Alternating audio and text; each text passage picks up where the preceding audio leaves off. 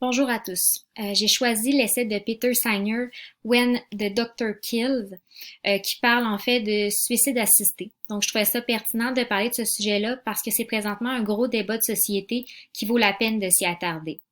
En fait, une petite définition de la Commission de l'éthique en sciences et en technologie du gouvernement du Québec qui décrit l'aide médicale à mourir et le suicide assisté comme suit. Donc, je vous lis la petite citation.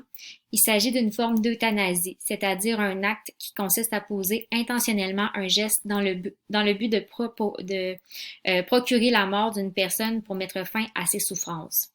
Donc, d'un côté, Peter Singer mentionne aussi l'argument qui est utilisé contre le suicide assisté avec le fait que si on accepte le principe de la mort dans notre société, on sera peut-être plus en mesure de limiter ou de contrôler les actions des médecins.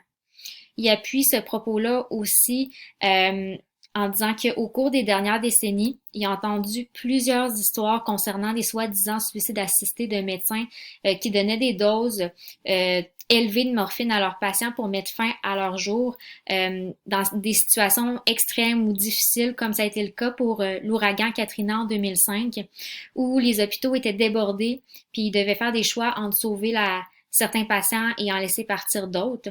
Donc, par facilité peut-être ou par situation d'extrême urgence, ils ont dû faire des choix déchirants.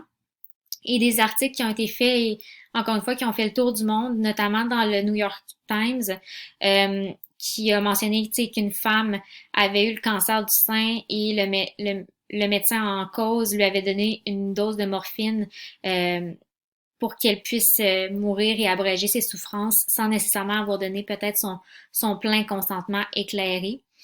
Et Peter Singer parle aussi dans cet essai-là de la doctrine du double effet, donc une action qui a deux effets, soit un bon et un mauvais.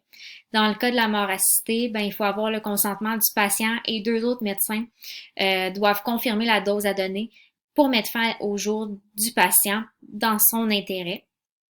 Et maintenant, il y a eu tout un débat éthique versus le légal qui est un débat dans notre société présentement.